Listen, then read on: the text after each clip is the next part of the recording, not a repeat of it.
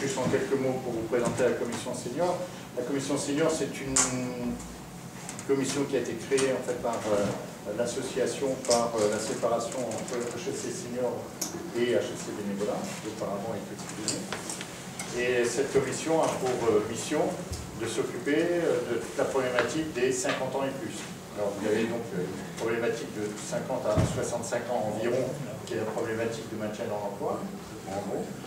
Puis, je dirais, après le passage pour arriver à passer à la retraite, et ensuite, on va dire, en gros aussi, 65 ans et plus, c'est toutes les questions que vous pouvez vous poser.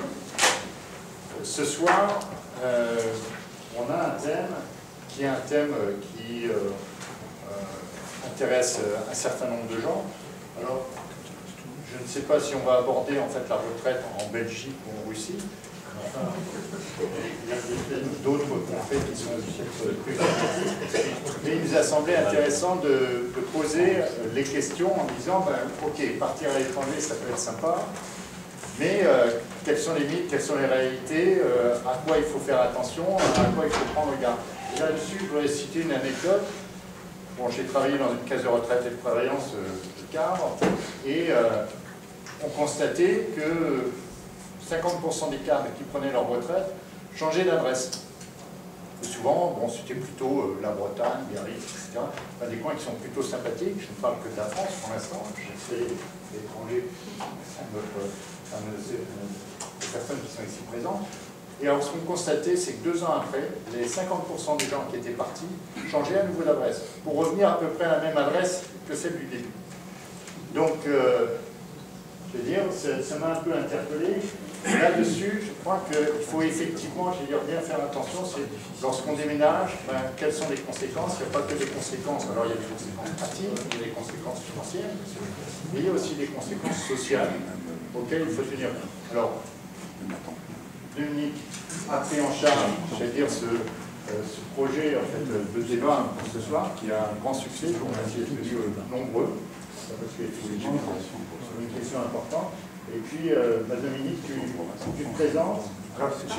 Vous êtes gâtés, je vous précise, parce qu'on a la représentante de HEC Caraïbes, c'est comme ça que ça se dit. Anti-Guyane. Voilà, je suis la présidente voilà, donc je laisse te présenter et puis la conférence. Ok, merci beaucoup. Merci Antoine. Alors bonsoir à tous, merci d'être venus aussi nombreux. Alors il faut savoir que c'est une conférence que j'ai préparée de la Martinique, parce que j'habite la Martinique, et je suis de passage sur Paris. Donc vraiment merci d'être venus ce soir.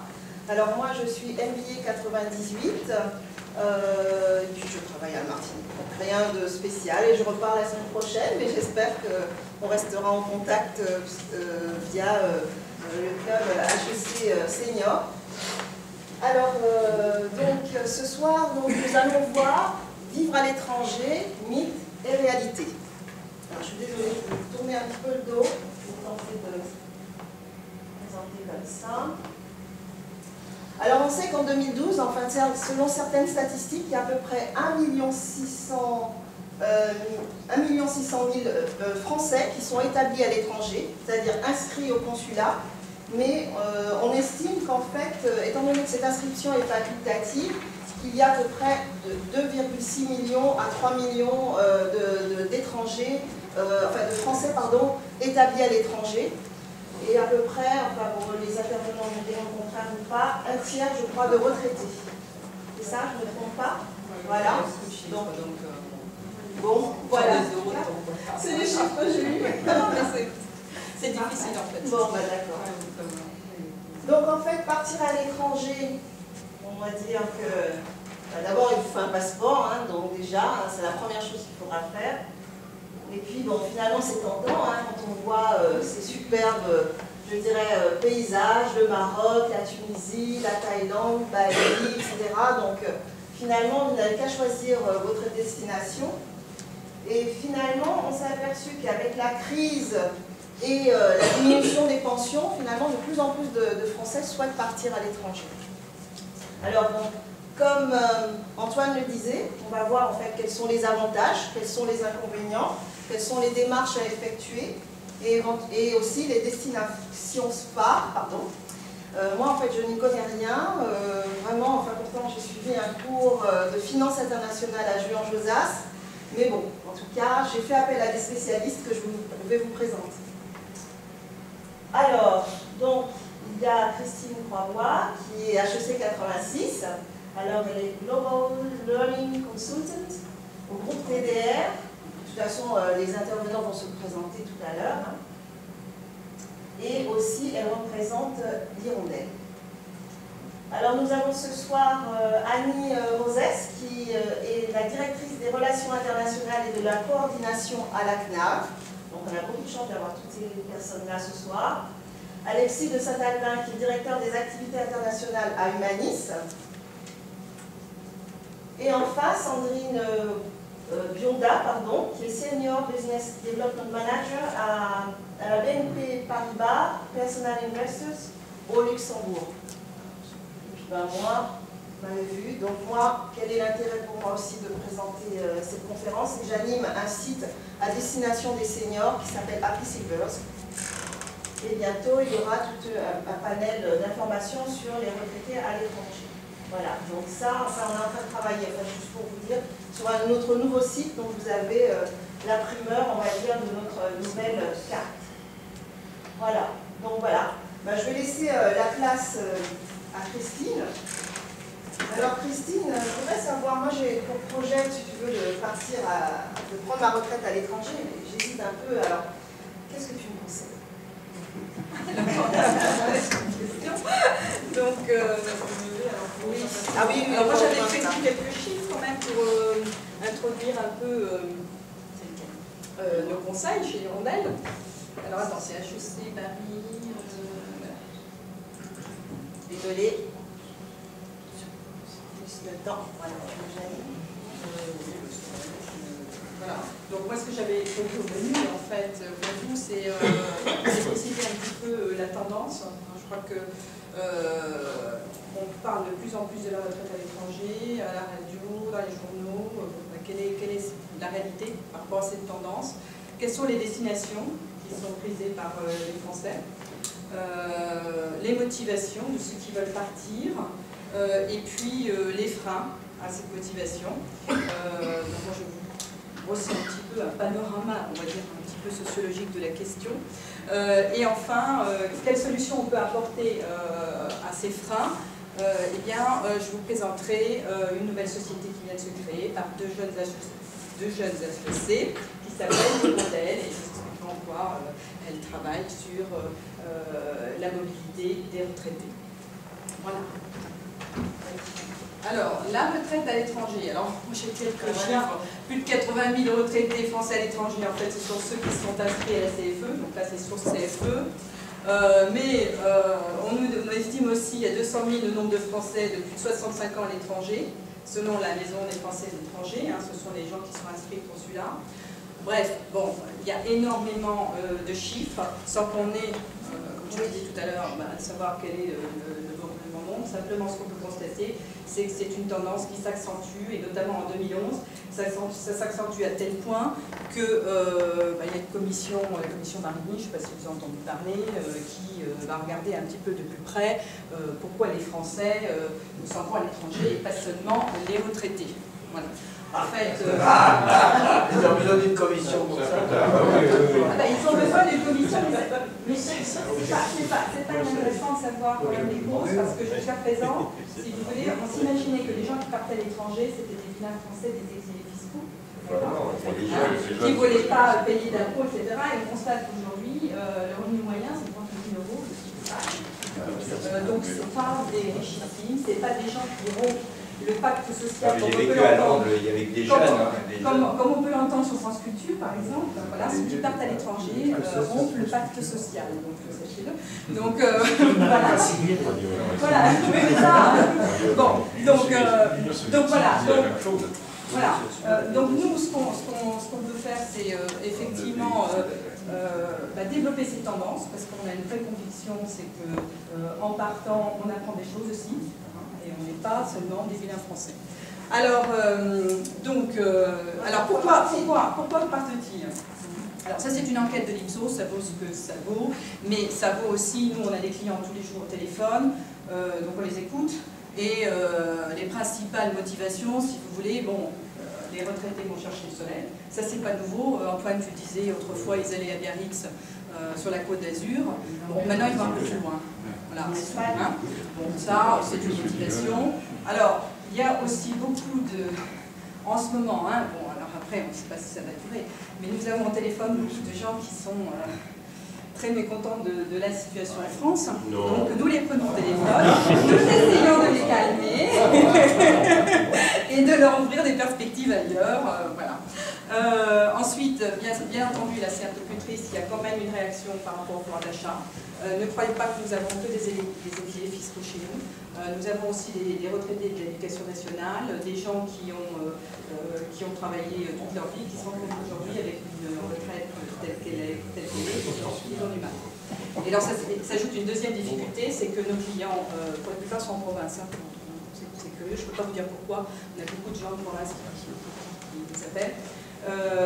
Ils veulent vendre leurs biens, pouvoir partir. Et le marché de l'immobilier étant ce qu'il est en province, vous en savez peut-être plus que moi là-dessus sur l'immobilier, mais tout ce que je constate moi, c'est que entre le moment où ils veulent vendre et puis la réalité, c'est un peu long. C'est un peu long. Voilà. Et je peux vous dire, c'est toutes les régions, hein, que ce soit Mulhouse, que ce soit la Bretagne, ou que ce soit Perpignan. Perpignan, on pourrait croire que ça se vend bien. Voilà. Et ensuite, il y a aussi, là on est dans le projet de vie, si vous voulez, c'est-à-dire qu'aujourd'hui, à 50 ans, même à 70 ans, on a encore une espérance de vie et on est en pleine forme, niveau santé, on a envie de faire quelque chose de sa retraite. Voilà. Et pourquoi pas aller vivre sa retraite avec lui.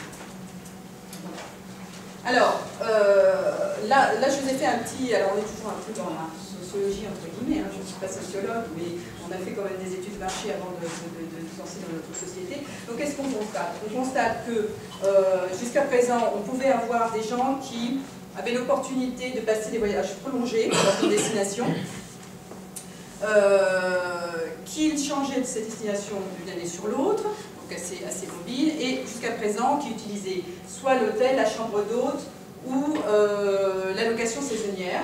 Et puis l'archétype, c'est, enfin, en tout cas pour notre génération, c'est le Club Med, si vous voulez. Hein, bon. Ensuite, on a une tendance qui va vers l'hiver au soleil. Oui, on y va de 2 à 4 mois. À ce moment-là, la localisation, la destination peut changer d'une année sur l'autre.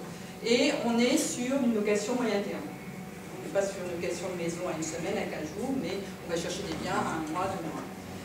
Et l'objectif, c'est de passer l'hiver au soleil. Est-ce que tu sais où vont généralement les gens? Alors, je vais y venir dans la partie destination. Et là, bon, ensuite, on a la migration, ce que nous, on avait la migration saisonnière. Hein, on a un type de personne qui a goûté à un pays, typiquement l'île Maurice, et qui chaque année veut passer 3-4 mois à l'île Maurice, éventuellement toujours dans la même maison, Et puis, alors, ce qu'on a appelé expatriation, pour que ça soit clair, nous on appelle ça migration définitive, parce que migration, le mot se rattache plutôt à l'univers d'entreprise. Or, on se rend compte qu'il y a beaucoup de retraités qui n'ont pas eu la chance d'être expatriés dans leur carrière professionnelle. Il y a beaucoup d'avocats, il y a beaucoup de chefs d'entreprise qui étaient attachés à leur entreprise, enfin attachés dans tous les sens du terme d'ailleurs, hein, et qui ne pouvaient pas s'absenter 3-4 mois comme ça tous les ans. Et cette clientèle-là, maintenant, est avide de partir. Alors, donc les freins.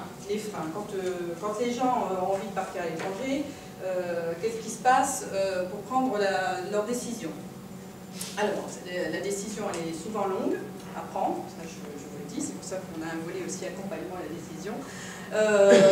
Mais parmi les freins, il y a la question du logement, c'est-à-dire où va-t-on trouver un logement? Est-ce qu'il vaut mieux louer dans un premier temps et à ce moment-là je me mets à bidouiller sur internet et puis je ne sais pas où je tombe, bon si je tombe bien c'est bien, si je tombe mal, si les photos ne sont pas les bonnes, sont celles de la villa d'à côté et puis j'arrive, il n'y a pas de villa, bon ben tant pis, c'est pour mon album.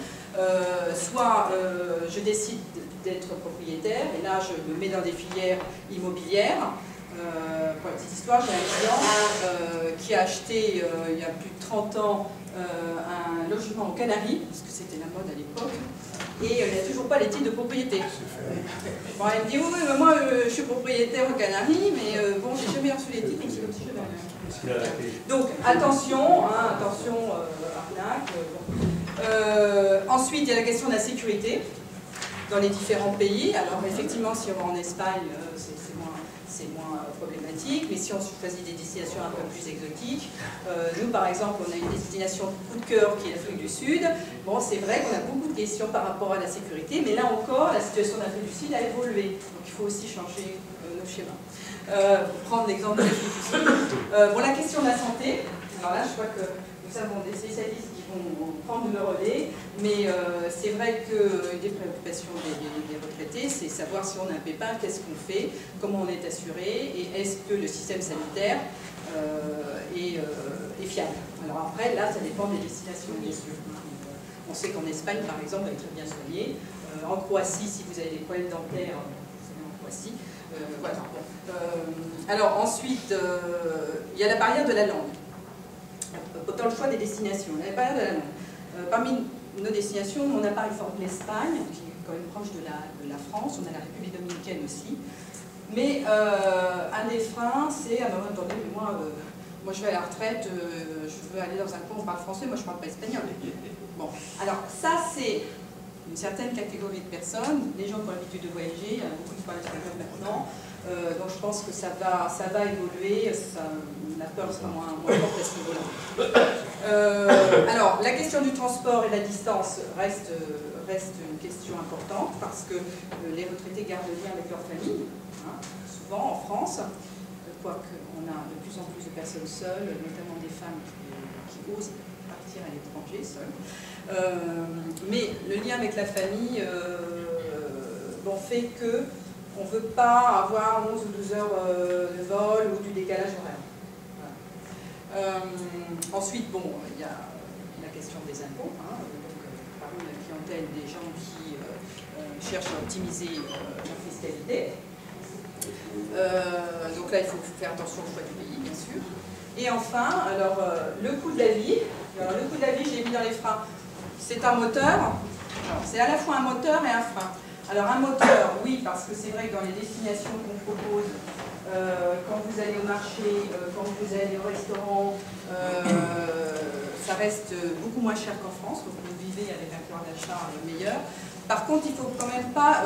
j'ai mis le mythe des pays en voie de développement, parce que bon, si vous voulez, il y a quand même beaucoup de retraités qui s'imaginent un petit peu, qui ont des images un petit peu au temps des colonies, vous voyez, on va aller se faire dorer la pilule pour rien, on va être servi, etc. Bon, là, il faut quand même arrêter. Nous, on se propose, en tout cas, dans notre société, ce sont des logements qu'on a visités, et ce sont des logements qui sont aux standards.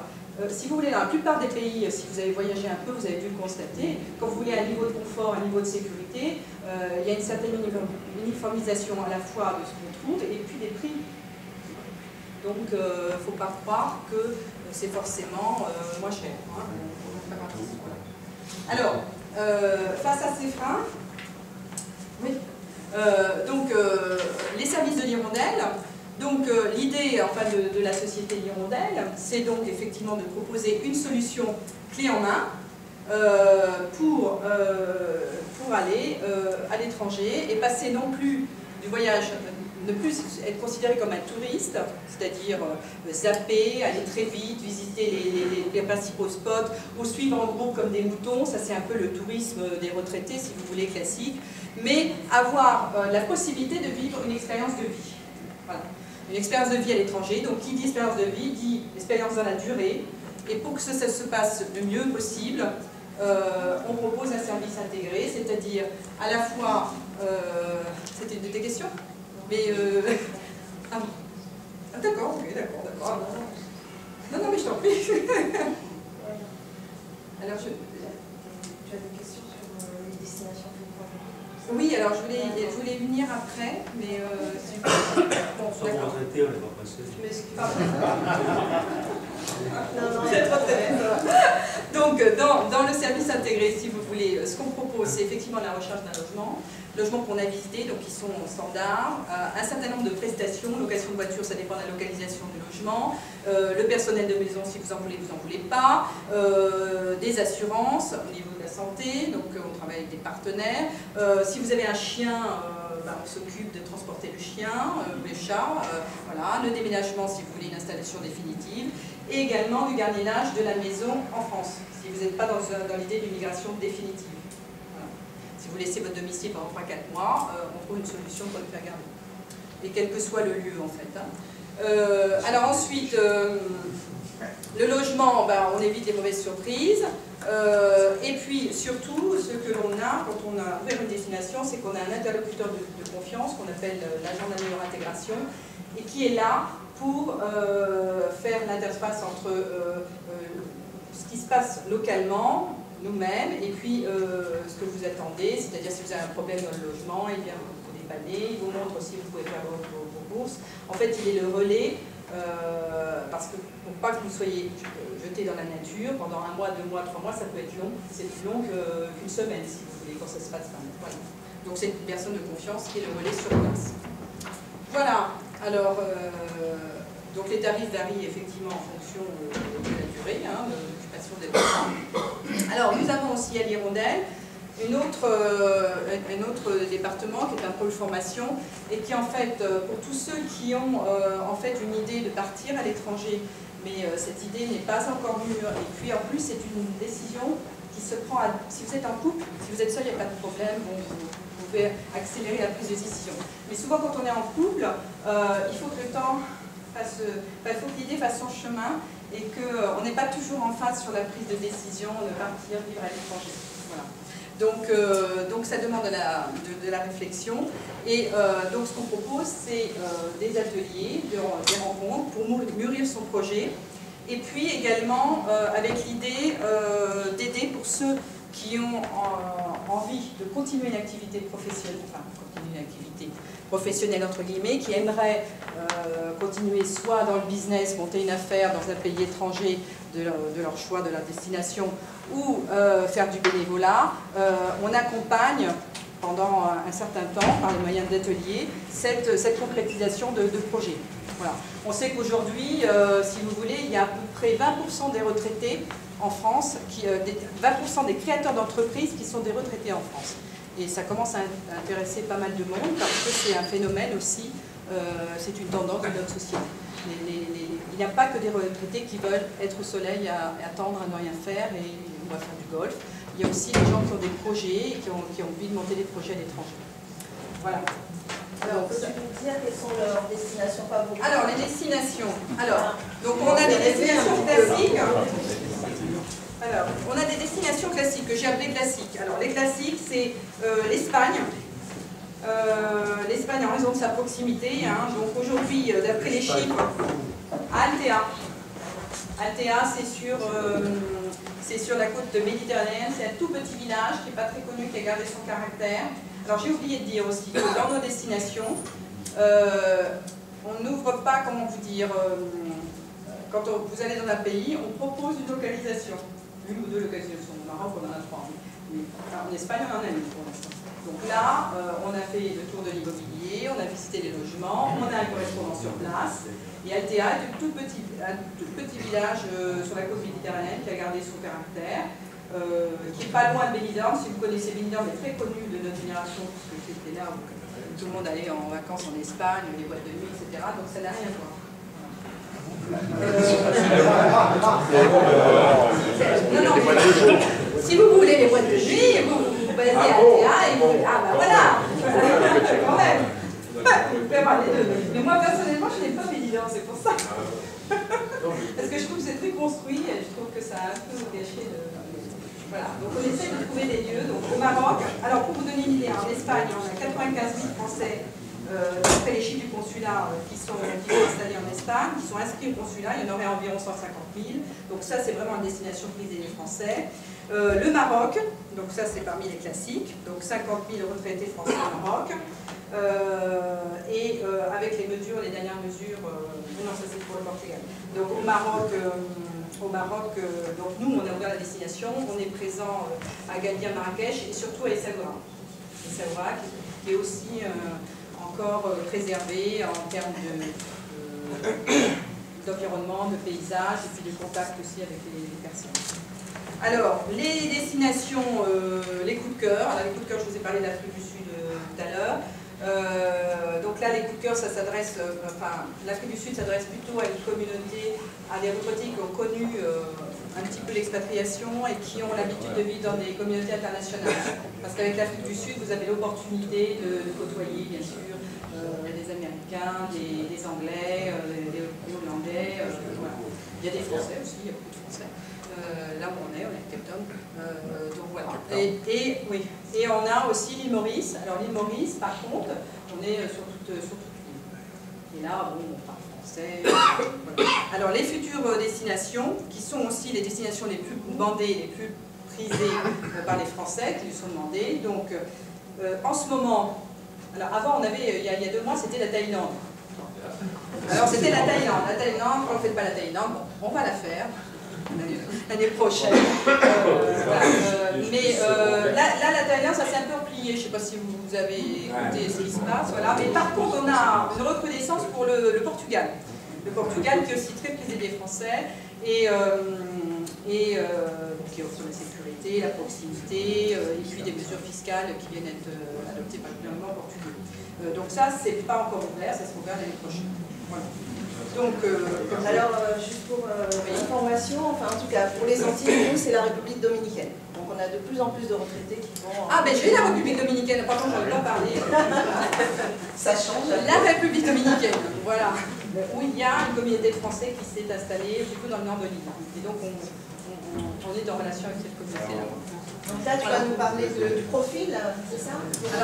Alors, les profils, oui, alors j'en ai un peu parlé, hein, je ne veux pas m'étendre.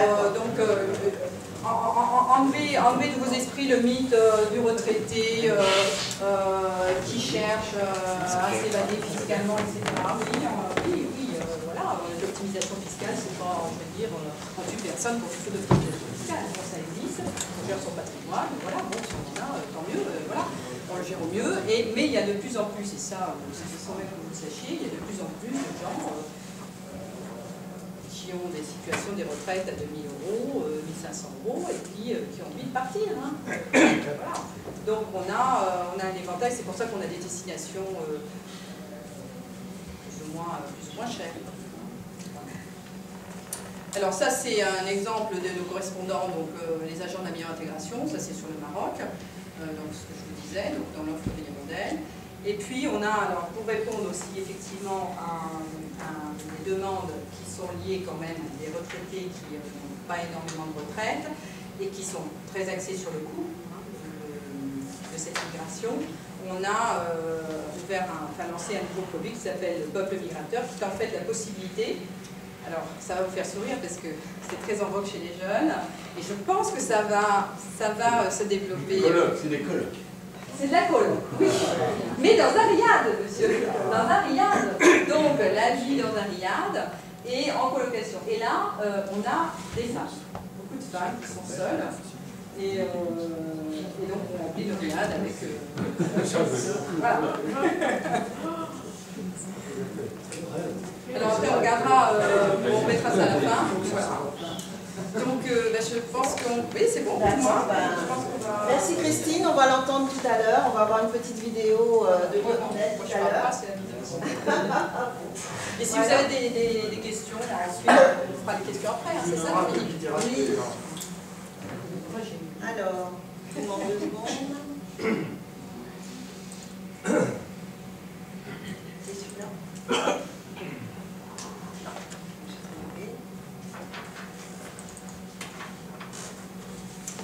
Voilà, donc nous allons entendre Madame Rosès et donc elle va faire une intervention en 2 parties, donc je vais lui poser des questions hein, et puis je vais aussi animer le PowerPoint. Alors dans la première partie, en fait, nous allons parler partir exercer son activité professionnelle salariée à l'étranger. Et la première question. Oui, peut-être après. bonjour déjà à tout le monde. Alors j'ai fait une présentation, ce sera nettement moins de l'amour, mon diaporama nettement moins de l'amour que celui que vous ne pas. Oui, désolé. J'imagine que ça se complète. Alors j'ai considéré,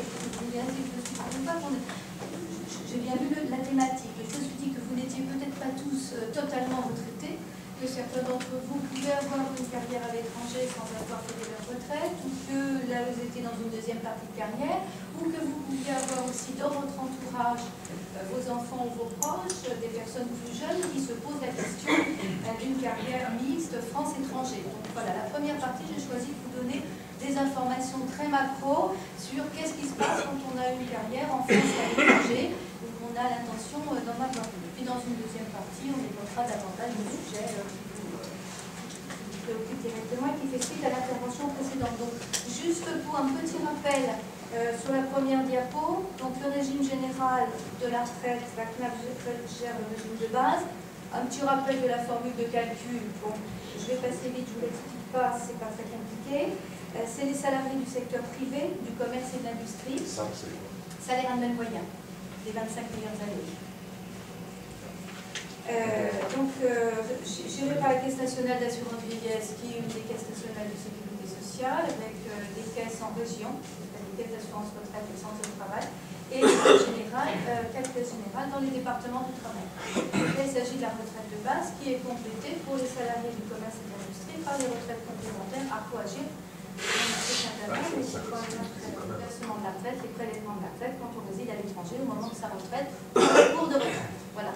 Donc sur les... Alors allez-y pour la question. Bien, alors la première question, quels sont les statuts et les situations possibles en cas de départ pour une activité à l'étranger du point de vue de la protection sociale et de la retraite en particulier? Voilà, donc quand on part exercer une activité professionnelle à l'étranger, on a deux situations possibles, vous ne connaissez pas certainement, je ne vais pas l'étendre, on peut être en situation de détachement, c'est-à-dire qu'on est détaché par son entreprise pour travailler dans un autre pays. Ce sont des décisions, dans ce cas-là, il faut être dans un pays où il y a une convention de détachement, ce sont les pays de l'Union européenne qui rentrent dans le cadre des règlements communautaires européens, ou les pays avec lesquels la France a passé une convention de détachement. Dans ce cas-là, les cotisations par employeur et par salariat continuent à être versées au régime français et il n'y a pas de cotisation au régime du pays dans lequel on est détaché. Je répète, qui ne vont pas cotiser les charges sociales. Je ne parle pas des retraités, je parle des salariés. C'est pour les retraités, là. Ça va bien.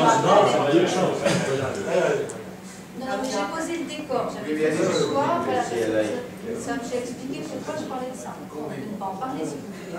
Et moi, je peux aller passer ma soirée ailleurs. Non, reste. Ça me pose aucun problème. C'est largement du bois pour le. Alors, l'autre situation, c'est l'expatriation. Donc là, on va partir travailler à l'étranger et on ne va pas continuer à cotiser évidemment au régime obligatoire français et on va cotiser au régime local du pays dans lequel on réside, évidemment, s'il y en a un, ce qui est en majorité maintenant le cas dans la plupart des pays, mais pas toujours. Voilà, donc ça, c'est les deux grands axes. Donc, on passe à la suite. Oui, c'est bon. Les périodes d'activité en fait à l'étranger seront-elles prises en compte pour la retraite et puis comment ça va se passer? Voilà, alors pour la retraite, on va acquérir des droits en France et à l'étranger. Pour l'activité en France, on acquiert des droits en fonction des cotisations que l'on verse dans le régime de base, et c'est la même chose pour les régimes complémentaires qui calculent en points, soit au titre d'une activité salariée. Il y a également des périodes qui sont validées au titre des interruptions d'activité. Lorsque on veut continuer tout en travaillant à l'étranger à être affilié, à cotiser au régime français en dehors des situations de détachement, on peut le faire en s'affiliant. Alors soit en s'affiliant, c'est un peu paradoxal, mais c'est la caisse primaire d'assurance maladie qui assure la continuation de l'assurance militaire si on le fait dans les 6 mois du départ de France. Au-delà de cela, on peut s'affilier à la Caisse des Français de l'étranger. Et ce qui n'empêche pas de cotiser, évidemment, au régime obligatoire du pays dans lequel on réside. C'est en quelque sorte, mais on acquiert les droits dans les deux pays, dans ce cas-là. La Caisse des Français de l'étranger. On peut également faire des rachats de cotisations pour des périodes antérieures et qui, eux, vont permettre de valider, je dirais, a posteriori, des périodes qui n'ont pas été validées dans les régimes français auparavant. Le montant de ces rachats s'est considérablement renchéri depuis le 1er janvier 2011, puisqu'ils ont été alignés sur les rachats années d'études et périodes d'inactivité. Et il y a un délai, la demande doit être présentée dans les 10 ans qui suivent le premier jour de l'activité à l'étranger. Voilà, donc après, c'est un calcul à faire. Dans quelle demande de rachat, on établit un devis, des devis, et ensuite la personne peut tout à fait apprécier si elle... Plus on veut racheter proche de la retraite, plus le montant est cher. Plus on rachète jeune, moins le montant est élevé. Les rachats sont devenus extrêmement relativement chers. Voilà. Alors, quand on travaille à l'étranger, on acquiert des droits qui vont se situer, des droits coordonnés dans un certain nombre de cas avec les droits en France.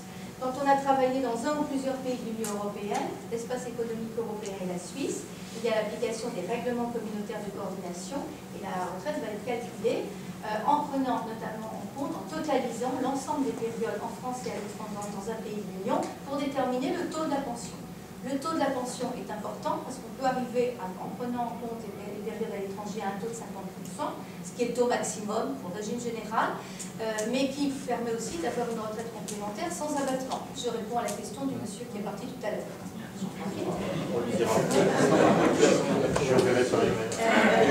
Voilà, et on fait une comparaison entre la pension française et la pension en règlement communautaire, et on sert évidemment toujours le plus élevé. Voilà. Donc c'est le cas le plus simple. Alors après, on peut se poser la question, quand on part travailler dans un pays de l'Union européenne, si on a intérêt ou pas à cotiser à la CFE, donc à continuer à s'affilier à la retraite française. Alors, ça, il faut bien regarder, parce que si on part dans un pays où le régime social est à peu près semblable au nôtre, voire parfois meilleur, là, on peut tout à fait considérer que la coordination va jouer et qu'il n'est pas indispensable du tout de cotiser à la CFE. Par contre, si on va travailler dans un pays où le régime social est bien inférieur, on peut avoir intérêt à continuer à acquérir des droits en France et s'affilier à la CFE, notamment par rapport au régime complémentaire, au régime de base et complémentaire. Ensuite, on peut travailler dans un pays en convention bilatérale de sécurité sociale. C'est hors règlement communautaire. Le régime des salariés a 34 conventions, mais en convention avec 34 pays. Il y a différents, je ne rentre pas dans les détails, il y a plusieurs types de conventions. Et dans le cadre de ces conventions, on va également prendre en compte les périodes d'activité à l'étranger pour pouvoir obtenir la retraite la plus élevée par rapport à la retraite uniquement française. J'attire l'attention sur le fait que juridiquement, chaque accord a son propre champ de compétences. C'est-à-dire qu'on n'additionne pas, c'est une demande très très forte, hein, mais aujourd'hui on ne le fait pas, c'est juridiquement pas possible, on n'additionne pas, si on a travaillé par exemple en France, en Allemagne et en Argentine, hein, on va faire un calcul France-Allemagne dans le cadre des règlements, on va faire un calcul France-Argentine dans le cadre de la convention franco-argentine, on va payer le plus élevé. Et dans ce cas-là, évidemment, chaque pays va payer sa propre pension, mais ce ne sont pas des accords globaux. Voilà, c'est une précision, je le dis parce que c'est souvent une question posée. Quand on peut aussi évidemment avoir une activité dans un pays qui n'est pas dans le cadre du champ des règlements communautaires, ou bien dans un pays avec lequel la France n'a pas passé de convention bilatérale de sécurité sociale. Et bien dans ce cas-là, on ne prendra évidemment pas en compte dans le calcul de la pension les périodes d'activité à l'étranger, on va uniquement prendre en compte les périodes d'activité en France, à charge évidemment de faire liquider, si c'est possible, s'il y a un régime social de retraite dans le pays, la retraite dans le pays dans lequel on a travaillé. C'est les trois grands cas de figure qui peuvent être intéressants. Donc il faut bien regarder quand on a un projet d'expatriation pour une activité professionnelle, une deuxième partie de carrière, une reprise d'activité à l'étranger, dans quel cadre on va se situer, demander de l'information là-dessus. Là, on peut tout à fait faire des simulations et expliquer les modalités de calcul de façon très précise. Alors, est-ce qu'il y a des démarches particulières à effectuer pour demander sa retraite? Oui, quand on a travaillé hors de France? Bien sûr, quand on réside à l'étranger et qu'on réside dans un pays, dans le cadre des règlements en convention, il faut déposer sa demande de retraite dans son pays de résidence. L'organisme de retraite du pays de résidence va faire le nécessaire pour transmettre à l'organisme français de retraite les informations, la demande de retraite et les formulaires de liaison qui sont prévus dans chacune des conventions, et les liaisons se feront automatiquement. Ces liaisons seront informatisées à l'échéance 2016-2017 dans le cadre des pays de l'Union européenne, de l'UE et de la Suisse. mais il faut déposer sa demande de retrait dans le pays dans lequel on réside. Quand on est dans un pays qui n'est pas dans le cadre des règlements communautaires, qui n'est pas lié par une convention bilatérale, et bien là, il faut faire valoir ses droits à retraite directement en France, s'adresser à la caisse de retraite de son dernier lieu d'activité. Et évidemment, faire valoir ses droits s'il y en a dans le pays de résidence. Mais là, on va être dans des champs séparés. Je signale que les conventions bilatérales de sécurité sociale, ce sont des conventions d'État à État. Ce ne sont pas les caisses de retraite, ce sont des conventions, ce sont les gouvernements qui signent les conventions entre les affaires sociales et le ministère des Affaires étrangères et évidemment les autorités gouvernementales de l'autre État. Voilà.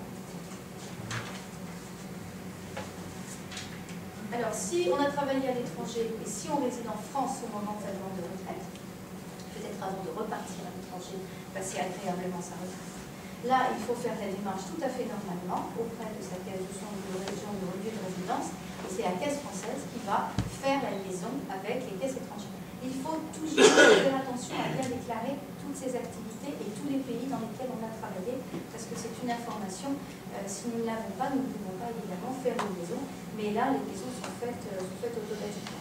Alors, les délais d'instruction sont toujours un petit peu plus longs dans ces cas-là, puisqu'il y a des liaisons à établir et surtout il y a des échanges sur les carrières dans les deux pays, et personne ne calcule évidemment de la même manière. Déjà, les régimes français ne calculent pas de la même manière, donc a fortiori avec des régimes étrangers. C'est toujours des délais un petit peu plus longs, donc dans ce cas-là, il faut prendre un délai suffisant pour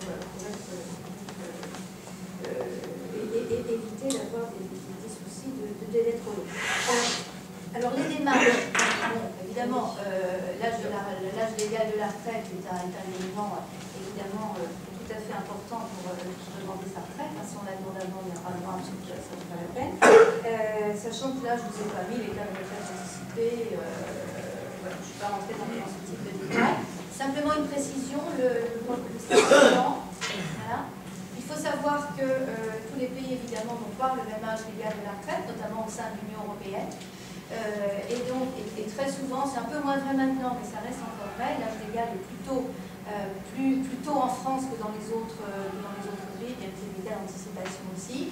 Donc dans ce cas-là, il y a un dispositif qui est prévu de liquidation successive. C'est-à-dire qu'on peut demander sa retraite dans un pays, et ensuite on va la demander dans le deuxième pays, il y aura de nouveau des liaisons, et on refera les calculs pour avoir la retraite complète dans les deux pays de façon successive. Ce sont des dispositions qui sont prévues. On n'est pas obligé de demander ou d'attendre l'âge du deuxième pays pour demander sa retraite. Après, c'est évidemment une question de calcul parce qu'on n'a pas la retraite complète.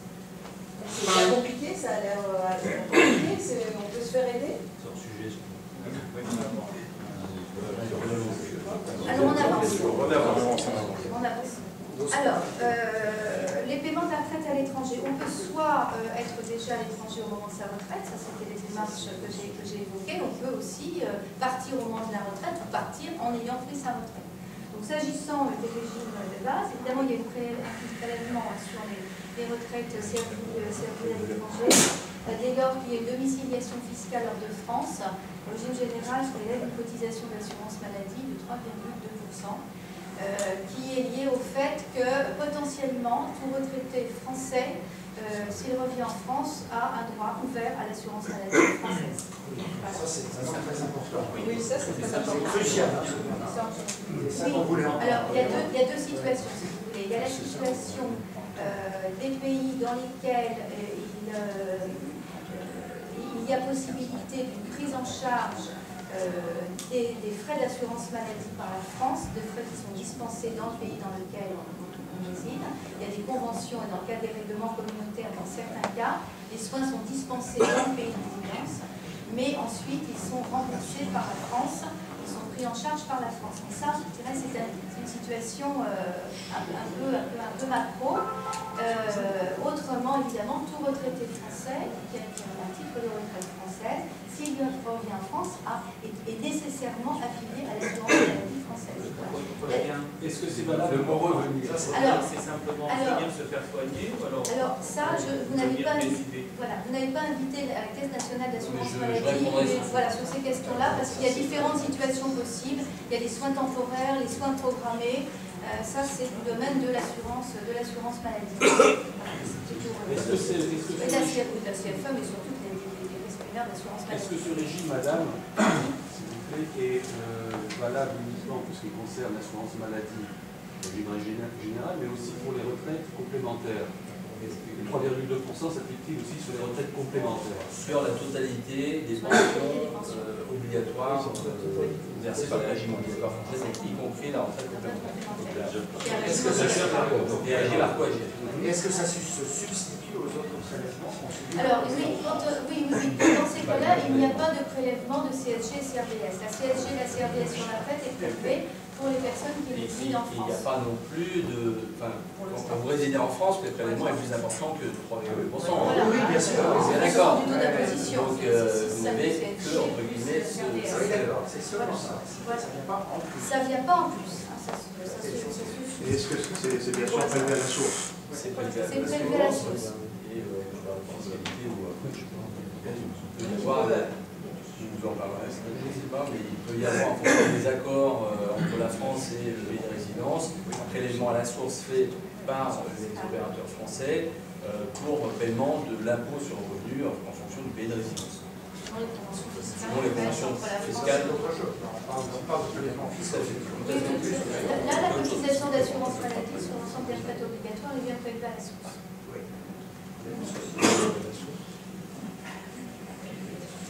Et ceci, quel que soit le pays. Oui.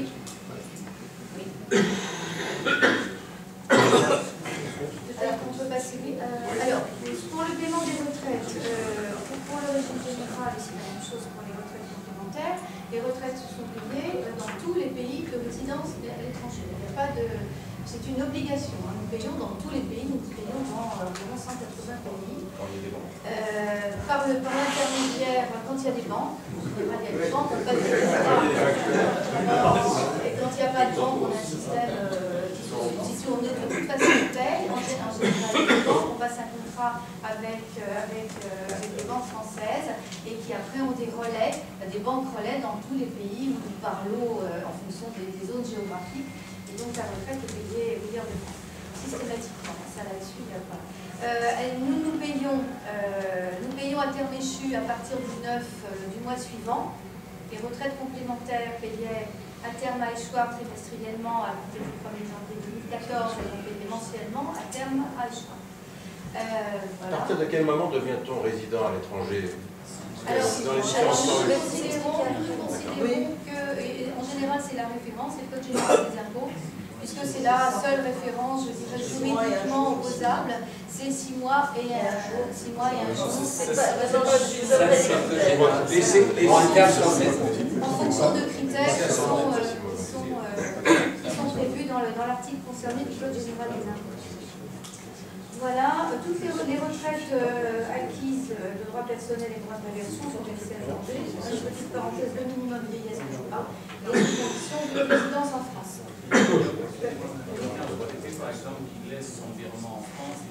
Alors ça peut arriver, hein, c'est possible, c'est une possibilité. Non, c'est pas du tout interdit d'avoir un compte ce qu'on appelle un compte de non-résident. Hein, voilà, ouvrir un compte de non-résident et continuer à avoir. Après, il faut évidemment trouver les bons moyens pour transférer les fonds dans le pays dans lequel on réside, mais ça, effectivement, c'est tout à fait possible. Après, ça pose des problèmes de vérification d'existence, mais c'est un peu un sujet net, mais la possibilité, voilà, c'est une possibilité. Alors, le dernier point, évidemment, nous avons évidemment l'obligation de payer une retraite, c'est une rente viagère, hein, tant que la personne est en vie, quand la personne n'est plus en vie, nous devons évidemment arrêter de payer la retraite. Alors en France, on n'a pas de souci par rapport à ça, puisque l'INSEE, les mairies enregistrent les décès, les transmettent à l'INSEE, l'INSEE donc les transmet, et on a évidemment l'information de tous les décès en France, quelle que soit d'ailleurs la nationalité de la personne qui va décéder en France. Quand on est à l'étranger, bien sûr, ce circuit-là n'est pas possible. Donc nous faisons un contrôle d'existence, d'un certificat de vie, voilà, qui est désormais une fois par an. Depuis 2013, c'est une fois par an. Avant, on avait dans certains pays qui avaient des situations un peu géopolitiques compliquées, ou bien des systèmes bancaires dont la fiabilité ne sautait pas aux yeux. On pouvait faire un contrôle tous les 6 mois, voir si c'était des cas assez rares tous les 3 mois. Maintenant, la loi a harmonisé, c'est tous les ans. Donc ce C'est l'épouse qui peut faire la Comment? C'est l'épouse qui peut faire la certification. En général, il vaut mieux que ce soit la personne elle-même, hein, sinon c'est quelque part une fraude. Je ne dis pas que ça n'existe pas, mais c'est pas recommandé quand même. Voilà. Oui, alors ça c'est pas le même montant, c'est un autre droit. Donc voilà. Donc ce certificat de vie, aujourd'hui c'est un document papier. Il y a aujourd'hui autant d'envoi de certificat de vie que l'assuré perçoit de régime de retraite français. Donc pour un salarié du commerce et de l'industrie, il en perçoit au moins 2, de base et complémentaire. Et beaucoup de personnes ont une activité dans un autre régime, soit un régime spécial, soit un régime de non-salarié, etc. Donc ça c'est une vraie question, parce que c'est compliqué. Il faut que ce certificat de vie soit authentifié par les autorités locales du pays, ce qui n'est pas toujours très simple non plus, parce qu'on ne peut pas toujours toutes les identifier. Il y a des problèmes liés à la langue. Nous faisons un certificat de vie avec 8 langues, ce qui est déjà un document assez copieux, mais souvent des pays dans lesquels ils ne trouvent pas la langue sur le certificat de vie, ils disent non, on ne connaît pas, on ne veut pas remplir ça. Donc c'est toujours quelque chose d'un petit peu compliqué qui ne simplifie pas la vie du retraité à l'étranger, qu'il soit d'ailleurs de nationalité française ou pas, peu importe, c'est absolument la même chose. Un visa du consulat ne suffit pas. S'il y a un consulat dans le pays d'asile où vous résidez, vous allez au consulat français, ça doit être plus simple que d'aller voir. Ce qu'il faut savoir, c'est que certains consulats acceptent de le faire, d'autres consulats ne le font pas parce que ça n'est pas dans les missions, dans les métiers fondamentaux du consulat. Et pour nous, alors c'est pas évidemment pas un pour nous, mais ça ne concerne évidemment que les Français qui sont à l'étranger. Alors nous avons des retraités de toutes les nationalités. Et là, le consulat de France à l'étranger, va pas. Mais si effectivement le consulat le fait, effectivement, bien sûr, bien entendu, on prend. Mais c'est pas général, c'est pas le cas, et je dirais même que c'est de moins en moins le cas, puisque les consulats leurs moyens se réduisent, sont recentrés sur leur mission. Mais c'est une possibilité, oui, tout à fait. Alors, ce que je voulais dire aussi, c'est que nous réfléchissons entre tous les régimes à améliorer un peu ce dispositif, parce qu'effectivement, nous avons bien conscience qu'il est ancien et qu'il est compliqué, surtout eu égard au nombre de régimes auxquels, en général, sont affiliées les personnes en France. Alors, nous avons 2 axes de progrès aujourd'hui sur lesquels nous travaillons. Nous allons mettre en place des signalements automatisés de décès. On expérimente cela avec l'Allemagne en 2014 et ensuite on l'étendra à une zone à peu près de 8 à 9 pays. Donc, pour faire ça, il faut avoir des pays dont l'état civil est fiable, ce n'est pas le cas partout, évidemment, et dont l'état civil est centralisé, c'est-à-dire qu'on puisse faire des échanges de fichiers sécurisés, etc. Donc c'est plutôt la zone européenne, et puis je crois que c'est Israël qui est aussi le 9e pays concerné. Bon. Ça c'est un premier axe de progrès. Le deuxième axe de projet, la loi de financement pour la sécurité sociale 2013, il y a la possibilité de mutualiser les certificats d'existence entre les différents régimes. C'est-à-dire qu'au lieu que chaque régime envoie un certificat d'existence, il faudra que nous nous mettions d'accord entre régimes pour qu'il y ait un régime qui envoie le certificat d'existence et qu'ensuite l'information soit exploitée par l'ensemble des régimes qui versent une retraite à la personne concernée. Voilà. Donc ça va prendre un petit peu de temps, mais c'est vraiment dans les tuyaux pour améliorer les choses. Je voulais vous dire également, pour conclure, par rapport aux questions qui peuvent être posées sur des projets d'expatriation, que les régimes de retraite réunis dans le cadre du GIP Information Retraite ont bâti un guide de l'expatriation qui est un document qu'on a essayé de faire à la fois le plus complet possible et le plus clair possible au égard des règles qui sont toujours un peu compliquées avec la multiplicité des régimes français. Ce n'est pas un exercice facile. Et ce guide de l'expatriation est en ligne sur les sites des différents régimes de retraite. Et pour ce qui concerne la place, sur assuranceretraite.fr. C'est déjà une bonne base et qu'à partir de 2014, nous allons proposer des entretiens de projets d'expatriation, qu'il s'agisse de personnes qui sont en activité et qui veulent avoir une activité à l'étranger ou de personnes qui prennent leur retraite et qui veulent aller prendre leur retraite à l'étranger. Voilà. Donc ce sont des entretiens particuliers que nous proposerons en rendez-vous entre les différents régimes à partir de, je pense, la deuxième partie de l'année 2014, puisqu'on va y travailler là au cours du premier semestre 2014. Donc c'est un service un service plus qui va désormais être vendu et qui tient compte à la fois des obligations évidemment juridiques, législatives qui sont les nôtres, mais également de ce que disait Madame dans son introduction, c'est-à-dire qu'on voit bien qu'on est dans une phase de montée en charge de plus en plus importante de personnes qui soit veulent aller travailler à l'étranger, soit veulent prendre leur retraite à l'étranger. Ça, donc, c'est un service nouveau que l'ensemble des régimes de base et complémentaires sont en train de bâtir aujourd'hui. Voilà. Merci, Madame Zéronès.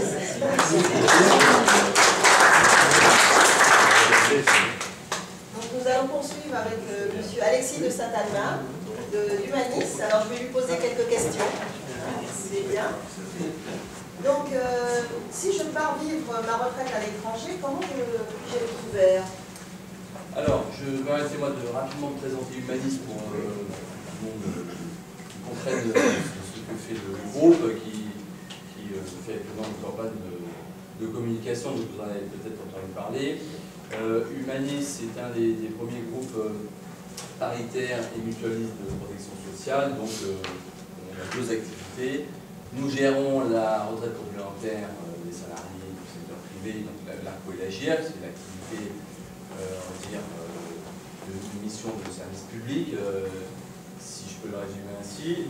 Humanis gère à peu près le quart des régimes complémentaires ARCO et l'AGIR, donc le quart des salariés en France cotisent à une des caisses d'Humanis.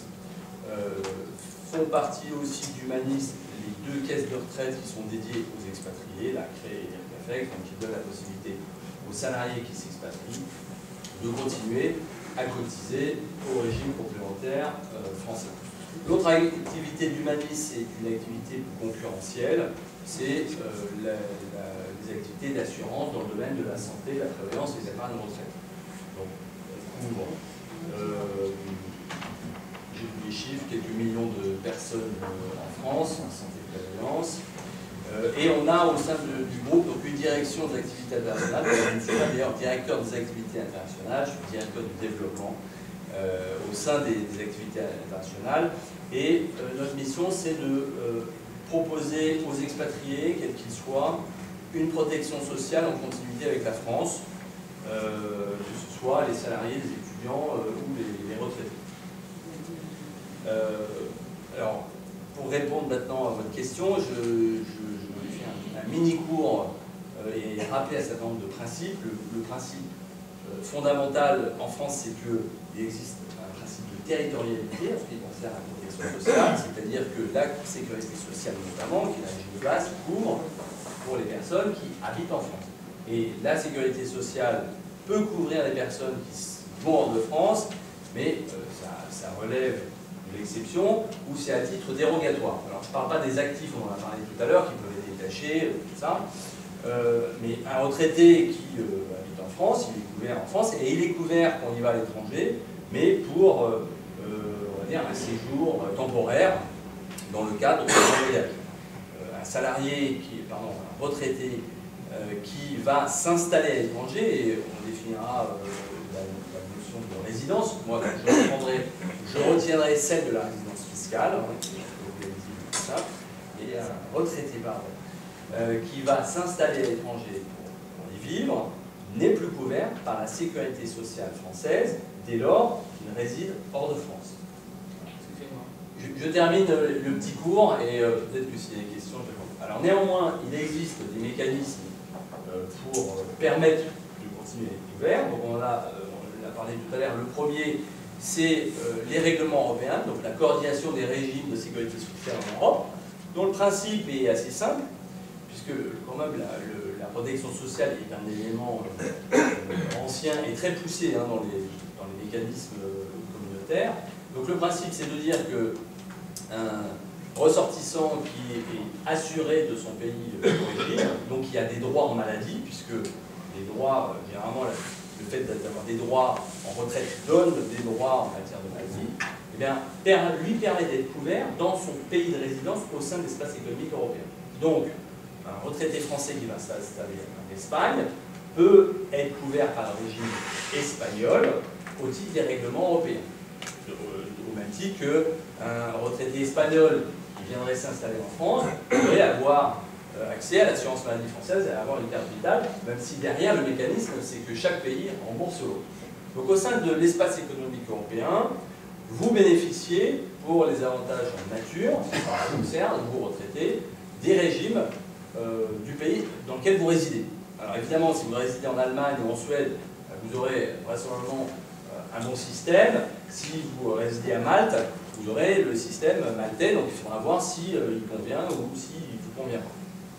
Dans les autres pays, parce que je ne pense pas que les pays qui ont des conventions de sécurité sociale prévoient la portabilité des droits en maladie pour les retraités, je ne pense pas. Mais en tout cas, dans les autres pays, ou dans les pays européens pour lesquels vous estimez que le régime local obligatoire n'est pas suffisant, vous avez la possibilité de vous couvrir pour le régime DAS via la Caisse des Français de l'étranger. Donc la CFE, en 2 mots, la CFE c'est une caisse de sécu, mais dédiée aux expatriés, et qui couvre en retraite, en santé, en maladie, en invalidité, toute personne qui quitte la France, qui va à l'étranger, aussi bien les étudiants que les actifs, que les non-salariés, que les retraités. Donc vous avez la possibilité d'adhérer à la CFE si vous êtes résident, dès lors que vous êtes résident hors de France. Donc, la CFE vous permet d'avoir la Sécu, c'est tout. Ni plus, ni moins. La CFE vous permet d'avoir la Sécu dans votre pays de résidence. Lorsque vous revenez en France, donc mettons que vous soyez résident hors de France et retraité, lorsque vous revenez en France, vous continuez d'être couvert par l'assurance maladie. C'est pour ça qu'il y a un prélèvement qui continue d'être fait sur vos pensions. Vous êtes couvert par une CEPAM désignée qui est la CEPAM de Tours. Et donc, si vous devez vous faire rembourser des frais en France, mais alors que vous résidez hors de France, eh bien, vous dépendrez de la CEPAM de Tours. Voilà. Là, on a parlé du régime de base de la sécurité sociale. Et si vous souhaitez des complémentaires, vous avez un certain nombre d'acteurs, dont Humanis, je vais vous proposer des complémentaires à la CFE, donc spécifiques pour les expatriés. Alors, ce qui est spécifique, la plupart du temps, c'est l'assistance. C'est l'assistance rapatriement sanitaire et les services associés à l'expatriation, parce qu'en termes de plafond, on a généralement des plafonds moins élevés quand on est retraité que quand on est actif. On va retrouver un peu la même chose dans nos couvertures pour les expatriés. Voilà, je pense avoir répondu à la question, mais j'ai peut-être répondu à d'autres d'ailleurs. Quels outils peuvent être mis en place pour faciliter ma vie à l'étranger? Alors, bon, moi je vais me cantonner à la protection sociale parce que un certain nombre de points ont été vus. Bon, je rajouterai simplement un point, je pense, c'est l'aspect social, puisque les vivre à l'étranger c'est bien, mais encore faut-il sur place trouver un environnement social qui convienne, et pas parce qu'il y a des belles plages qu'il y a forcément un bon environnement social. Donc les conseils, je dirais pour la protection sociale, c'est d'abord vérifier si dans le pays d'accueil il y a, d'abord s'il fait partie de l'Union Européenne, si les régimes... C'est l'Union Européenne au sens strict. Non, c'est l'espace économique européen plus la Suisse. Donc l'Union Européenne plus le Liechtenstein, l'Islande et la Norvège. Et la Suisse est associée au règlement européen depuis 2004. Donc tous ces pays sont coordonnés, donc dès lors que vous y résidez, vous avez le droit, donc il suffit de prendre vos formulaires, quelque chose dans votre caisse d'assurance maladie, que vous présenterez au régime de sécurité sociale de votre pays de résidence et vous aurez accès aux prestations en nature dans ces pays. Une petite question. Oui, donc je n'ai pas répondu. Non, je n'ai pas posé. Donc moi je vais prendre, Christine Courbois tout à l'heure nous parlait de migration saisonnière. Donc imaginons qu'un retraité parte 6 mois au Maroc et vive 6 mois en France, mais pas en continu, un mois par exemple. Comme il a de la famille qui est restée ici, il peut faire 1 mois au Maroc et 1 mois en France. Et sachant que sa résidence fiscale devient au Maroc, puisqu'il a fait 183 jours au Maroc.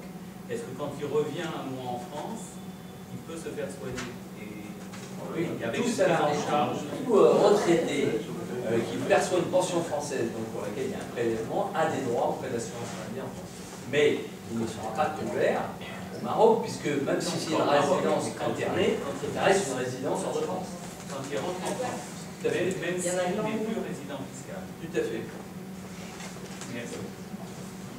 Voilà. Alors, néanmoins, Madame Rosès qu'on fait d'ailleurs. Je réponds à la question que j'ai évoquée tout à l'heure. Il existe bien des conventions avec certains pays pour les retraités, puisqu'il en existe une avec le Maroc, et donc un pensionné français qui réside au Maroc a accès au régime marocain d'assurance maladie.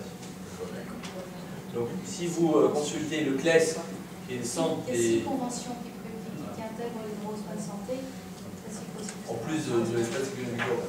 Donc si le régime local vous convient, vous suffit, c'est parfait, sinon vous avez la possibilité d'adhérer à la CFE avec éventuellement une complémentaire.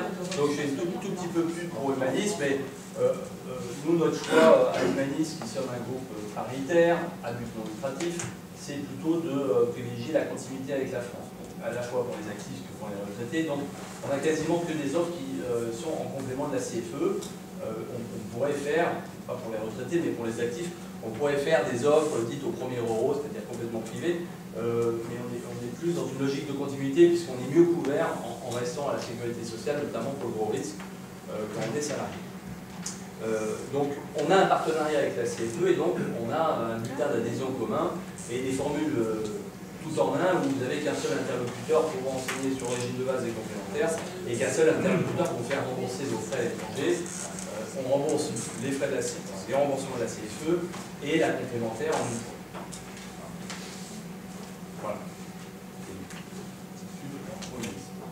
Alors, pouvez-vous nous parler en fait des réalités et des mythes autour de la retraite à l'étranger? Est-ce que vous avez vu des expériences, vécu des expériences, peut-être pas vous, mais enfin de retraités qui ont... Alors pas moi, même si j'ai vécu quelques années à l'étranger. Donc notre activité sur la complémentaire santé pour les retraités, elle est assez récente, elle date de quelques années, donc on n'a pas beaucoup d'expérience.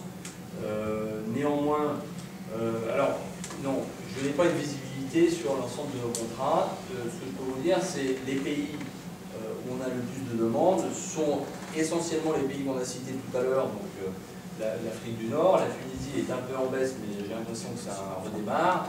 Et puis l'Asie du Sud-Est, beaucoup. Donc la Thaïlande, l'un ou d'autres. Madagascar, c'est un pays qui intéresse beaucoup les retraités. Et un tout petit peu les États-Unis. Il y a beaucoup de retraités aux États-Unis, et notamment dans les États du Sud. Néanmoins, pour être tout à fait honnête, les États-Unis, ce n'est pas un pays où on aime beaucoup travailler. C'est des risques financiers énormes, des coûts très élevés. Donc nos complémentaires ne sont pas forcément adaptés pour un pays comme les États-Unis, où les frais de santé sont vraiment faramineux. Voilà. En revanche, ils le sont pour la plupart des autres pays. Bien, merci beaucoup. Alors, après, il y avait une question, mais je ne sais pas. Oui, tout à l'heure, on parlait de soins d'urgence ou de soins programmés. Oui. Je parlais des deux, c'est-à-dire qu'à partir du moment où vous êtes à la CFE, vous êtes ouvert comme si vous étiez à la sécurité sociale. À noter aussi que la CFE a des conventions avec un certain nombre d'hôpitaux à l'étranger, c'est le cas au Maroc, qui permet d'avoir un tiers payant, de ne pas faire l'avance quand vous êtes à la CFE. Alors pour nos clients, il n'y en a pas tellement besoin, puisque dans l'assistance, dans les garanties d'assistance qui sont incluses dans la couverture santé, vous avez le tiers payant hospitalier.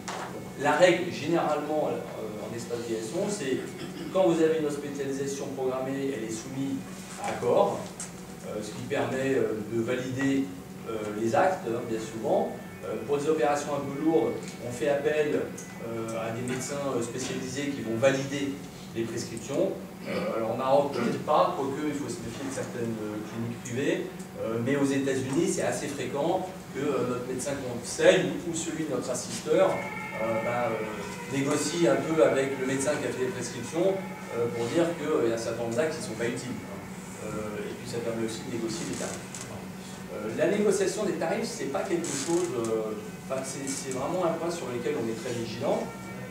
Non pas parce qu'on est radin, mais comme nous sommes à but non lucratif, le coût de nos cotisations, c'est le coût des dépenses, en gros. Donc sur la cotisation qui nous est versée pour la complémentaire, une fois qu'on a payé la gestion et les services, le reste c'est du remboursement. Donc on est extrêmement vigilant sur ces problématiques de maîtrise des coûts. Donc la règle générale, c'est quand c'est une hospitalisation à prévoir, il faut demander avant. Et quand c'est une urgence, bon, bah, nous on a une assistance avec un numéro 2424, avec un centre d'appel international qui prend en charge et qui éventuellement évacue en France si c'est nécessaire. C'est de moins en moins nécessaire, donc dans l'assistance, on parle souvent de rapatriement, mais aujourd'hui il y a beaucoup moins de rapatriement qu'autrefois. Et d'ailleurs le rapatriement n'est pas nécessairement fait en France. Si vous êtes expatrié, je sais pas, à Madagascar, peut-être qu'on vous évacuera à La Réunion. Si vous êtes retraité au Vietnam, on vous rapatriera à Singapour ou en Thaïlande en fonction Ah bah c'est un choix médical, hein. C'est pas le malade qui choisit l'endroit, c'est un choix purement médical. L'assisteur avec lequel on travaille, qui est Accès Assistance, a référencé des hôpitaux dans le monde entier. Et donc, en fonction de telle ou telle pathologie, il sait si il faut garder le patient dans le pays ou s'il faut l'évacuer. Donc c'est purement médical. Je dis parce que souvent les patients aimeraient aller dans un pays de leur choix. Autre question, celui qui est à l'étranger qui cotise à la CFE, j'imagine qu'il est exempté de la cotisation de la sécurité sociale locale. Pas du tout. Non. La CFE est une assurance volontaire, mais en premier lieu, il y a lieu d'être en conformité avec les obligations locales. Voilà. Le dernier point, on voit de plus en plus de cumul emploi-retraite, et notamment à l'étranger. Dans ce cas-là, c'est le statut de salarié qui prévaut pour la CFE, ce n'est pas le statut de pensionné. Donc un retraité qui travaille, qui a une activité rémunérée à l'étranger, il doit adhérer à la CFE au titre de cette activité rémunérée. Merci beaucoup, monsieur de Saint-Albin. De toute façon, on va pouvoir poser des questions. Et pour la dernière partie, donc nous avons Sandrine Bionda. Peut-être qu'elle veut d'abord présenter. Moi, je suis la dernière, donc je vais être obligée d'être très courte. Non, brillant. Ceci dit, j'aimerais rajouter, alors ça, donc, j'ai un groupe de Paribas, j'ai vécu, c'est pour ça que j'aimerais rajouter quelque chose et non pas pour contredire, loin de là, c'est pour donner des exemples, parce que je pense que donc j'ai vécu plus de 10 ans en Asie et depuis 2 ans je suis au Luxembourg, il fait beaucoup plus froid. Donc c'est vrai que je suis vraiment pour la migration au soleil, mais j'ai quand même tendance à attirer l'attention et c'est là que j'avais aussi préparé tout un laïus sur la protection sociale parce qu'au départ je suis un assureur santé. Et donc, je suis partie en expatriation pour faire de l'assurance santé. Donc, je proposais des complémentaires santé et je mettais des accords en place sur place dans les hôpitaux, dans des centres médicaux. Et donc, j'ai vu tous les contextes. J'ai vu les retraités, beaucoup en Thaïlande. Donc, c'est le sujet qui nous intéresse parce que je ne vais pas parler des gens qui travaillent, qui se sont trouvés dans des situations très inconfortables et qui ont la chance, et ça, je me suis à le dire, on a quand même la chance d'avoir un système fabuleux en France, c'est qu'on peut rentrer et se mentionner en France. Et en cas de maladie de longue durée, je suis désolée, on a quand même une structure en France qu'on a nulle part ailleurs. Alors on a tendance à dire que ça nous coûte une fortune, ces cotisations, etc. Mais on peut rentrer en France. Moi je dis ça, j'ai encore des frissons parce que j'ai perdu quelqu'un qui ne pouvait pas se permettre de se payer des frais médicaux. Parce que quand on est dans certains pays, on a tendance à ne pas toujours s'assurer. Ça, aux États-Unis peut-être?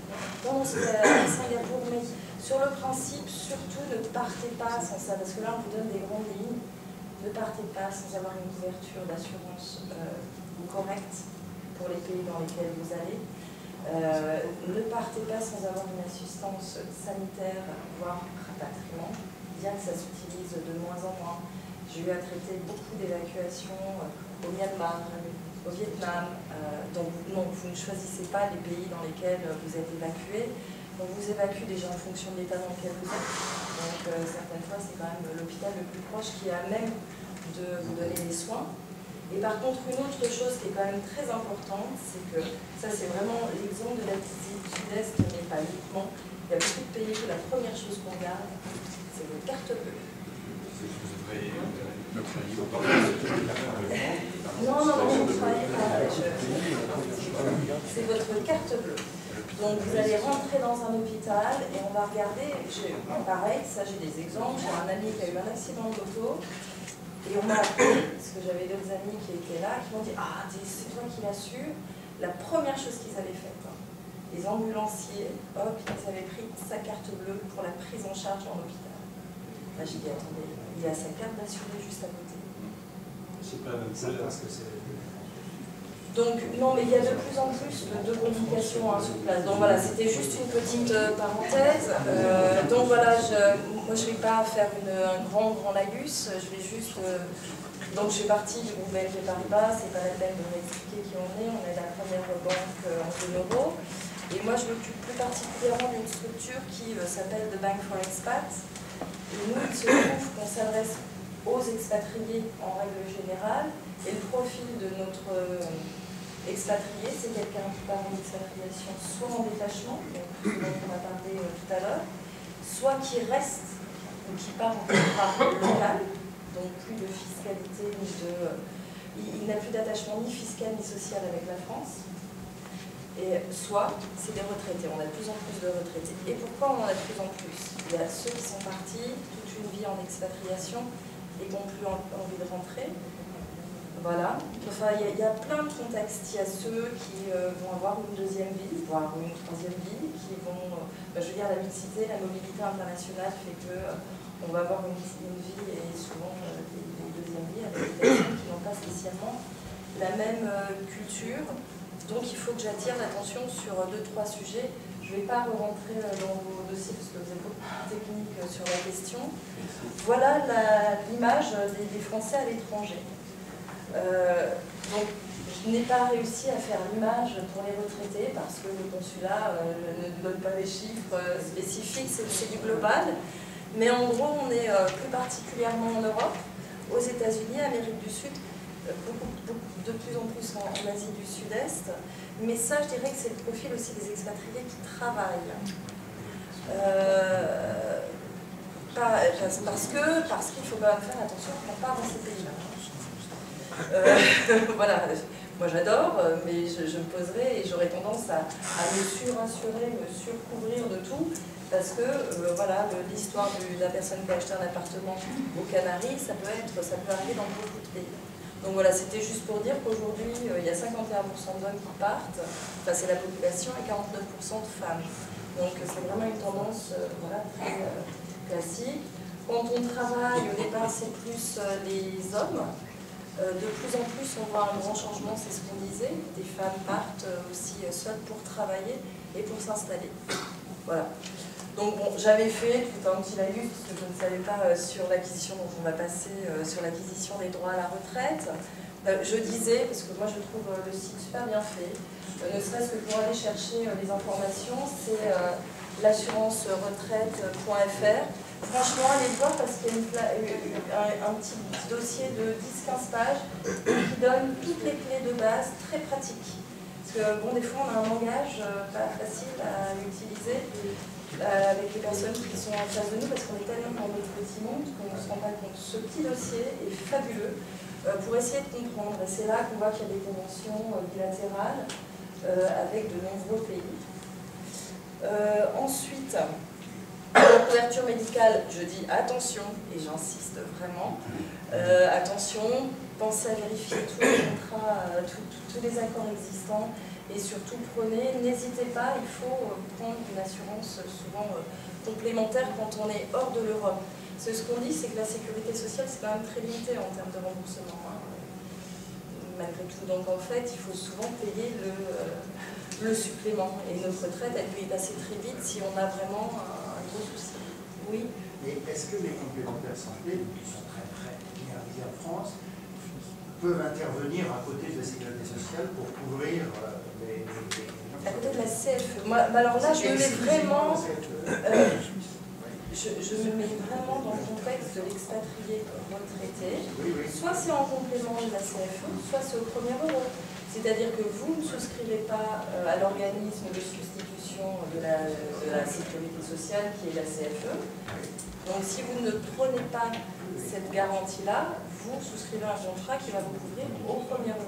Une mutuelle française, je crois que la mutuelle française est adaptée au coût en France, elle n'est pas adaptée pour les coûts étrangers, notamment en termes de plafond. Par exemple, l'hospitalisation en France, vous ne payez que le tiers payant, donc elle va rembourser que le tiers payant, sauf s'il y a des dépassements d'honoraires. Mais à l'étranger, vous pouvez être hospitalisé dans une hôpital qui va coûter 4 fois le prix moyen en France. Et la CFE va limiter son intervention comme si c'était en France, et c'est l'assureur complémentaire qui prend la différence. Donc c'est pour ça que l'assureur complémentaire a plus d'engagement quand vos dépenses sont à l'étranger potentiellement que quand ils sont en France. Donc une complémentaire sécu ne pourra pas intervenir à l'étranger. Sauf en cas de voyage, si elle perçoit bien les 22,2% elle aussi sur la partie pas la complémentaire. Pas la complémentaire. Donc on la perçoit moins simplement. On abandonne toute couverture. Par exemple, les couvertures qui sont subventionnées par les anciens employeurs, c'est très fréquent pour les cadres supérieurs. Certaines fois, c'est ne couvre pas en France. C'est très variable. C'est variable. On est obligé de les perdre. Elles ne peuvent pas s'appliquer les banques. Pas toujours. Regardez votre contrat, mais je pense qu'elles ne s'appliqueront pas à l'étranger. De toute façon, à l'étranger, vous n'aurez pas de remboursement de la CIT. Et ces contrats sont construits pour venir en complément de la sécurité sociale. En revanche, elles continueront à s'appliquer en France en cas de soins en France. Comme pour la sécurité sociale. Sauf qu'une complémentaire CFE vient soit en complément de la CFE quand vous êtes à l'étranger, soit en complément de la CFE quand vous êtes à l'étranger. Et si la cotisation continue à être payée, bien entendu, parce que c'est volontaire. Oui, bien sûr. C'est volontaire. Si on arrête la cotisation, on n'a plus de soins contrepartie en France. De même qu'à l'étranger, dans certains pays, on peut très bien s'assurer au régime local, des régimes locaux. C'est pour ça, je dis là, je laisse ouvert chacun en valider à sa porte en fonction de ses besoins. Alors, je vais aborder deux questions assez rapidement, qui vont être des questions très importantes quand on part, qu'on soit jeune, moins jeune. Je parle souvent des régimes matrimoniaux parce que notre régime matrimonial dépend de différents critères. C'est pas le régime matrimonial du pays dans lequel, c'est pas la question du lieu dans lequel on est marié qui est retenue pour les régimes matrimoniaux. C'est une question d'avant 1992 et après 1992. C'est la Convention de La Haye, je vais vous la raconter. Avant 1992, c'est en gros les 2 premières années du couple qui a choisi en fait une résidence. Donc par exemple, vous mariez avant 1992 en France et vous partez vous installer à Londres. Le régime qui sera pris en compte, ce sera votre régime de Londres, qui est la séparation de terre. Enfin, je le fais. Si vous partez après 1992, c'est exactement la même chose, sinon qu'en plus de ça, au fur et à mesure de votre expatriation, si vous restez pendant plus de 10 ans vivre dans un pays, c'est le régime du pays dans lequel vous vivez qui sera imposé. Donc c'est pour ça, moi je ne vais pas rentrer dans les détails parce que alors ça c'est un... on peut y passer des heures et il faudrait qu'on parle de manière un petit peu plus sympathique. Il faut faire un contrat de mariage. En fait le but c'est de penser à ça. Vous allez voir des notaires spécialisés, je dis bien spécialisés, dans la partie je dirais, internationale et faites un contrat de mariage qui vous convient, parce que c'est peut-être la séparation de monde qui vous convient, mais faites-le avant de partir. Ou même vous pouvez le faire en expatriation. Dans ce cas-là, c'est le contrat qui s'applique. Dans ce cas-là, c'est le contrat qui s'applique. J'attire aussi l'attention sur une chose, c'est que dans certains pays, il faut qu'il soit reconnu dans le pays d'expatriation également. Et ça, je le dis pour les Émirats Arabes Unis, sachant qu'il n'y en a pas beaucoup qui partent s'installer, je dirais, en expatriation. Pour la retraite, pas spécialement. Pour le travail, oui. Mais ça peut être très dangereux parce qu'il y a des familles qui sont trouvées dans des situations pareilles, très inconfortables, où la femme n'a quasiment aucun droit. Les enfants ont des droits différents. C'est le fils qui est privilégié par rapport à la fille. Et il y a des personnes qui, monsieur est décédé, madame s'est retrouvée avec l'impossibilité de rentrer en France pour régler sa succession. Elle n'avait plus le droit de récupérer son passeport. Donc voilà, pensez à faire ça. Je donne toujours des exemples parce que je pense que c'est un petit peu plus parlant. Donc ça c'est sur le régime matrimonial, donc s'il vous plaît, voilà, notaire spécialisé, fiscaliste, allez voir quelqu'un pour un contrat de mariage. Deuxième partie, voilà, c'est pour la succession. Il y a un site aussi qui est très bien fait, qui s'appelle Notaire d'Europe. Et donc ça, il faut aller le voir parce qu'il traite des successions et des conventions qui sont mises en place il y a des conventions fiscales qui existent, il y a des conventions sociales et il y a des conventions sur les successions qui existent beaucoup, enfin plus en Europe d'ailleurs, et encore ça peut exister dans d'autres pays. Mais là encore, je vous propose, enfin j'incite les personnes qui partent à l'étranger de prévoir un testament. Et de prévoir un testament et en France et dans le pays d'expatriation. Des fois on se dit oui ça va coûter une fortune, machin. Quand on part, on fait le choix de s'installer, il faut vraiment avoir assuré ses arrières après, parce que après c'est les enfants qui en pâtissent, c'est tout le monde. Moi j'ai une amie, alors en plus mariage multiculturel, elle a mis 7 ans à régler la succession, son époux, avec un petit gamin qui avait 1 an à l'époque, et voilà, il a eu 8 ans et ça s'est réglé au bout de 7 ans. Parce qu'il n'avait pas prévu de testament. Et voilà, c'est juste attirer l'attention sur ce genre de questions. Je ne rentre pas dans les détails. Pardon? Non, bah non, il avait 38 ans, c'est pas non plus prévu. Et donc mais souvent, c'est même pas une question de ça. Moi, je suis un petit peu trop dans le mood, je vous dis, je me surprotège. C'est que quand on est exposé à des situations un petit peu inconfortables, on se rend compte que ça arrive très facilement, n'importe où, n'importe quand, et il faut avoir prévu. Donc voilà, après, j'ai qu'une toute petite parenthèse, c'est sur la partie, je dirais, des comptes bancaires. Là encore, je conseille de garder votre compte souvent dans votre pays d'origine. Voilà, je m'adresse à des Français. Pourquoi? Parce que, bon, par contre, il faut s'adresser à son assureur et à son banquier, parce que vous allez avoir un compte de non-résident. Donc il y a quand même des avantages aujourd'hui, je ne connais pas encore la loi de finances 2014. J'attends tous les jours, et puis je lis, et puis je me dis, bon, fou, je ne sais pas.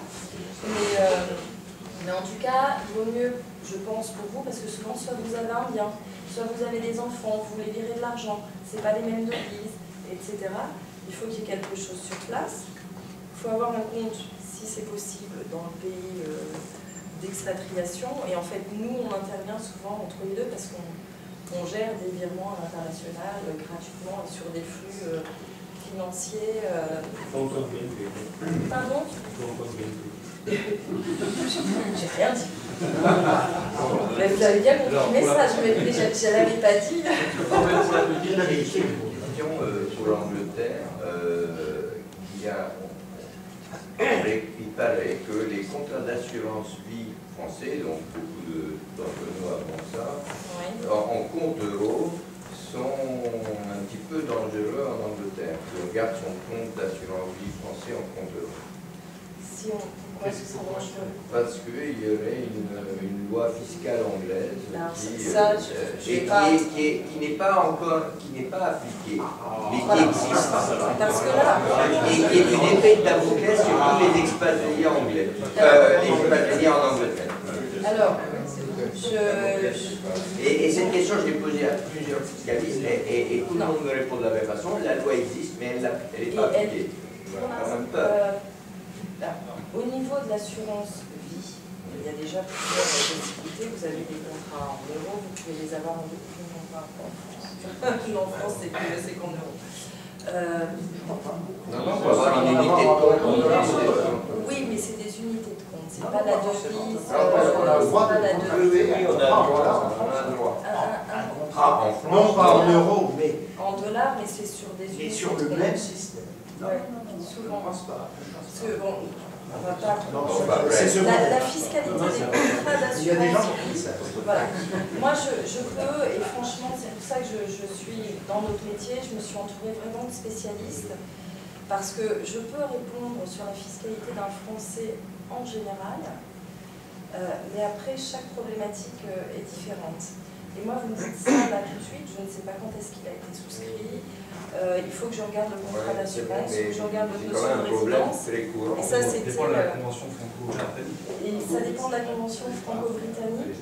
Il y a plus un autre souci avec les Anglais qui sont dans une politique un petit peu plus protectionniste sur la politique d'épargne, où en fait, en général, ils demandent aux Français qui vivent à l'étranger de ne pas spécialement avoir de compte ou de conseiller en dehors de de l'Angleterre, mais ça n'est pas appliqué. On a énormément de clients qui sont en Angleterre. Pour introduire un petit peu de concurrence, quand même, mais pour ceux que ça peut intéresser, il existe une banque française qui n'est pas très connue, mais qui existe depuis plus d'un siècle, qui est la banque transatlantique, tout à fait, qui est la banque des diplomates à l'origine, qui est ultra spécialisée. Ça fait partie de la mouvance CIC. Ultra spécialisée, qui a 3, 4 ou 5 établissements dans le monde, mais qui est absolument spécialisée dans les Français de l'étranger. Alors je les connais très très bien. Je tiens à signaler parce que je les ai pratiqués pendant de nombreuses années. Non, mais je connais Maintenant encore, ils sont très bien. Ils sont très bien. Alors, je peux vous faire une belle chose parce que je connais très bien. C'est qu'en fait, ils sont présents dans 5 pays. Nous, on est présents dans un seul pays. Mais on est présents avec des conseils. Voilà. Donc, ils sont présents dans plusieurs pays, mais leur compte est ouvert en France. Nos comptes sont ouverts au Luxembourg, attention, avec toute transparence, mais avec et à Singapour aussi. On a une entité à Singapour où en fait on donne accès à des produits financiers, à des comptes multidevises. On peut avoir 26 devises sur notre compte. Et en fait, nos expatriés ont 4 ou 5 devises et les virements internationaux sont gratuits. Et je parle aussi de questions extrêmement pratiques. Ce sont des gens qui connaissent parfaitement la problématique de l'expatrié et du retraité d'ailleurs, donc du français à l'étranger. Ce sont des pros de ce Et là, moi, en complément de ce que mes confrères sur la partie plus sociale, vieillesse et autres, j'ai créé aussi, on a créé un guide de l'expatrié avec mon collègue là-bas au fond, que je peux vous remettre sur les régimes sociaux, les régimes matrimoniaux, la fiscalité d'épargne, à quoi penser avant de partir, à quoi penser en rentrant, et j'ai fait un petit dossier aussi sur les retraités. Alors je ne rentre pas dans les détails, j'attire juste l'attention sur les questions qu'il faut se poser avant, pendant et après l'expatriation. Voilà. On peut se le procurer ça. Écoutez, donc je le vends, je plaisante, j'en ai quelques-uns. J'en ai amené quelques-uns si vous voulez. Comment en ligne? Non, on le donne sur demande. Je ne le donne que sur demande. Parce que je travaille beaucoup avec des RH en mobilité internationale, c'est destiné en fait aux expatriés actifs et de plus en plus en fait on le distribue à des réunions de ce type-là. Donc oui, j'en ai quelques-uns, je pourrais vous les donner. Est-ce qu'on peut même venir vous voir la consultation, c'est au Luxembourg. Alors, il faut venir nous voir dans le centre quand c'est qu'à 2h10 d'ici. La notion de résidence fiscale, je sais, on va finir sur une petite touche, voilà, c'est beaucoup moins glamour, c'est sûr, pour les cocotiers. Donc les cocotiers, les miens, sont quand même sur des notions qu'il faut retenir. Il y a 3 critères à retenir, c'est soit les personnes ont leur foyer de séjour principal en France, donc c'est plus de 183 jours, soit les personnes exercent en France une activité professionnelle salariée ou non, à moins que cette activité soit exercée à titre accessoire, soit les personnes qui ont en France leur centre d'intérêt économique. Ça, dans ce cadre-là, on est fiscalisé en France. Après, je ne rentre pas dans le détail des conventions fiscales, parce que certaines fois, les prestations retraite sont fiscalisées en France, alors qu'on vit à l'étranger, et certaines fois dans le pays d'expatriation. Et c'est pour ça que je donne les grandes lignes, parce que là, pareil, au cas par cas, je ne connais pas malheureusement toutes les conventions fiscales. Donc je sais qu'en Argentine, soit cet après-midi j'ai fait une présentation sur l'Argentine, et je sais qu'en Argentine, on est fiscalisé en France, sur notre retraite. Et j'avais... Donc il y a rien là-bas. Il y a un prélèvement à la source. Il y a un prélèvement à la source. Et il y a une autre question... oui, voilà, c'est souvent des... Élevé en France, c'est reversé après. Si je peux faire une remarque, il y a d'autres cas de figure aussi. Moi j'habite en Autriche depuis à peu près 12 ans. Et en Autriche, c'est pas la règle de 185 jours, c'est 75 jours. L'impôt est beaucoup plus élevé en France, donc il faut faire attention de ne pas se faire piéger. Les 180 jours, c'est des impôts français. Et si vous êtes partagé entre deux pays, vous passez 75 jours en Autriche. Et quand il n'y a pas de convention fiscale, vous avez... Non mais attendez, je voulais simplement préciser. Vous avez rappelé une règle autrichienne, la règle française du Code général des impôts, c'est 6 mois plus 5 jours. Mais dans chaque cas, s'il y a une expatriation, c'est la convention bilatérale qui s'impose. Donc ce n'est pas forcément les 75 jours ou les 6 mois, tout dépend de ce qui est écrit dans la convention fiscale. Et pour les retraites, il y a toujours quelque chose d'indiqué dans chaque convention fiscale que vous pouvez trouver sur la MFE. Maison des Français de l'étranger, fiscalité, les traités que vous avez retraités, salariés, vous l'avez dans mon guide. Et en fait, vous pouvez aller regarder la convention fiscale, parce que ça peut représenter 150 pages. Alors, on est dans un monde, surtout en France, où la volatilité fiscale est extraordinairement élevée. C'est pareil, est-ce que c'est bien dit? Quid de la stabilité de ces conventions? Bon, moi j'en ai étudié 2 ou 3, elles sont souvent fiscalement assez attrayantes. Mais de votre point de vue de banquier, quel est-il? Est-ce que ça va bouger aussi vite que la fiscalité de l'assurance, de l'IS? Sur les conventions fiscales? Les conventions fiscales. Ou alors est-ce que c'est des monuments à déménager? Rassurez-moi, rassurez-moi. Une convention fiscale, mais il faut un temps fou déjà pour qu'elle soit mise en place et signée. Et des fois, ils appliquent des conventions fiscales qui ont été signées il y a 35 ans. Sur certains pays, c'est parce qu'il y a des sénateurs, des Français de l'étranger, qui mettent des pressions importantes pour faire avancer certaines conventions fiscales. Mais si les personnes qui ont été élues dans certaines circonscriptions ne poussent pas, ça peut mettre des années et des années. C'est un traité entre 2 États. Hein. Et donc, ça nécessite. Ils vont vite.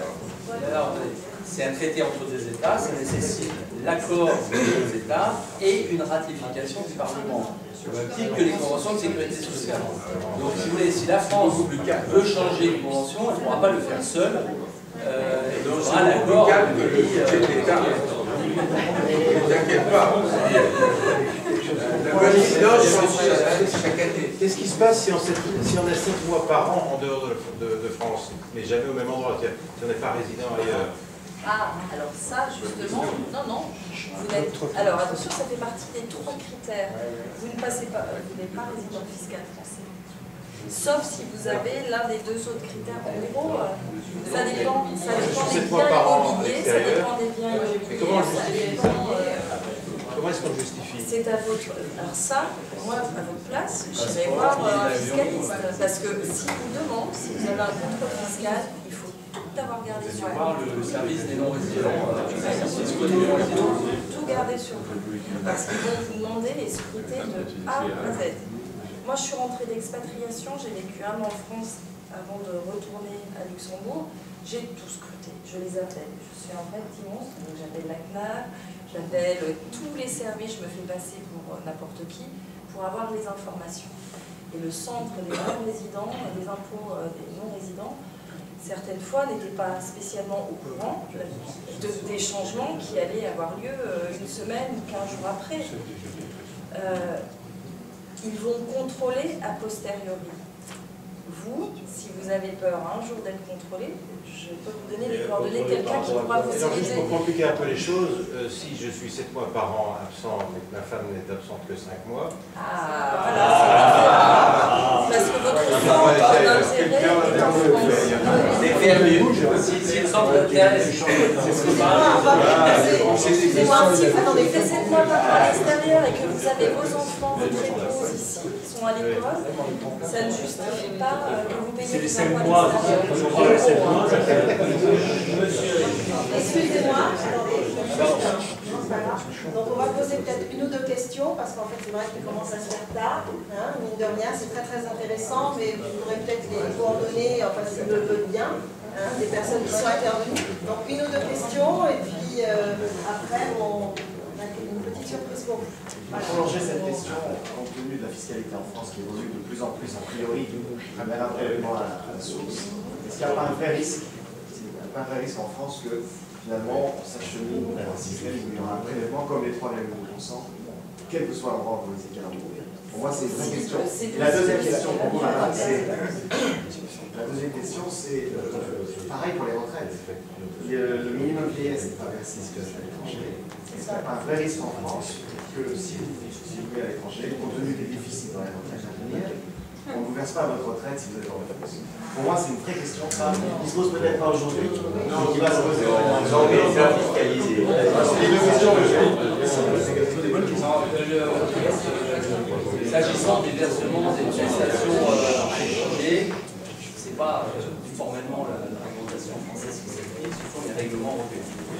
Donc, les règlements européens doivent être pris à l'unanimité, donc pour les changer, c'est un peu comme une convention fiscale, ça ne fait pas du jour en main, c'est les principes de base, les règles de l'Union européenne. Donc, je ne vois pas qu'on en vient un jour à restreindre la résidence. S'il n'y a plus d'argent.